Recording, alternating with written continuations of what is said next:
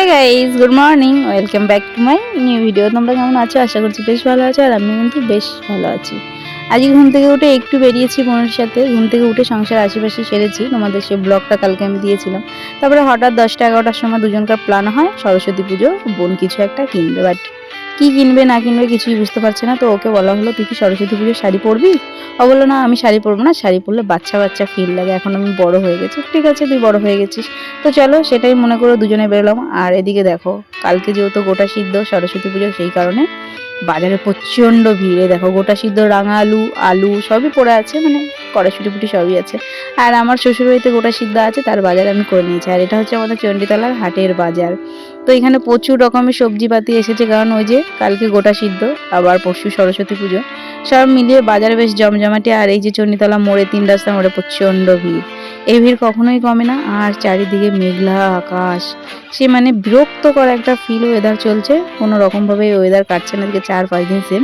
আর স্কুলের প্রত্যেকটা ছেলেমেয়েরা দেখতে বেরিয়েছে, যেহেতু স্কুলে পুজো থাকে, যারা একটু বড় তারা ঠাকুর নিতে বেরিয়েছে, আবার যারা আবার একটু ছোট তারা আবার স্কুল গোছাচ্ছে, আবার যারা আবার একটু ছোট তাদেরকে নিয়ে আবার সবাই টোটো করে দেখো ঠাকুর আনতে যাওয়া হয়েছে। এবার ওরা বুঝতে পেরেছে আমি ভিডিও করছি, ওই জন্য বলছে, এ দেখো ওরাও ভিডিও করছে, ওই দেখো টোটো করে নিয়ে এসেছে। তো চলো, ওখানে বাজার কলকাতায় আমাদের কিছু পছন্দ হয়নি, তারপরে এলাম ঋতু বুটিক্সে।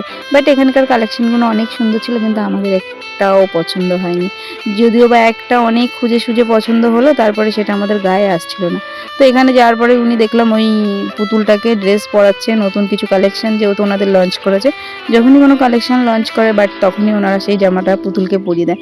আমার ডেফিনেটলি মানে পার্সোনালি এটা আমার খুব পছন্দ হয়েছিল, কিন্তু কালারটা আমার ঠিক ভালো লাগছিল না, কিন্তু একটু হাতে বুটিক করা ছিল বলে আমার খুব ভালো লাগছিল। তো এখানে হাজারো কালেকশন দেওয়া হয়েছে, কিন্তু আমাদের সেরকম কোনো কালেকশন পছন্দ হচ্ছে না। তো বোনের যেহেতু একটু ইউনিক পড়তে চায়, বাজার কলকাতায় ঘুরে এসেছি, পাইনি। আর এই যে ওনার মুন্ডুটা এখানে পড়ে আছে, আর দেখে পুরো ভয় লাগবে, হুট করে কেউ দেখলে বুঝবে না যে এটা অন্য কারো মাথা।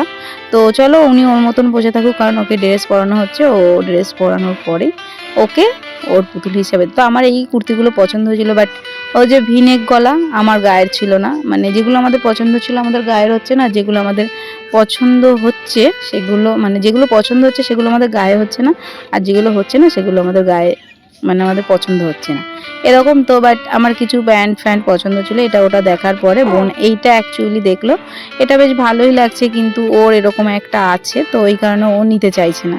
আবার যেহেতু সিপলেস হাতা আজকে নিয়ে কালকে যেহেতু পরবে, কালকে হাতা কি করে লাগাবে, তো সেই কারণে এদিক ওদিক বাছাবাছি করে পেলাম না। এইটা হচ্ছে ওনাদের নতুন লঞ্চ করেছে, তাই পুতুলটাকে পরিয়ে রেখেছে। উনি তো আবার একটার পর একটা দেখাচ্ছিল, আমরা বললাম যে একটু সামনে কাজ করাওয়ালা পুতুল মানে জামা দেখাও। তো এই একটা ওড়না, মানে খুবই সুন্দর লাগছিল, বুটিক্স টাইপসের। তো এইখানে কিছু কুর্তিও খুব সুন্দর সুন্দর কুর্তি, মানে আমার পছন্দ হয়েছিল। তো আমরা এটা ওটা ঘাটাঘাটির পরে এটা আমাদের খুব পছন্দ হয়েছিল, এটার দাম ছিল 1250 টাকা। কিন্তু দাম হোক যাই হোক, তোমাদের আমি একবার দেখাবো লাস্টে যে ব্যাপারটা কি হলো।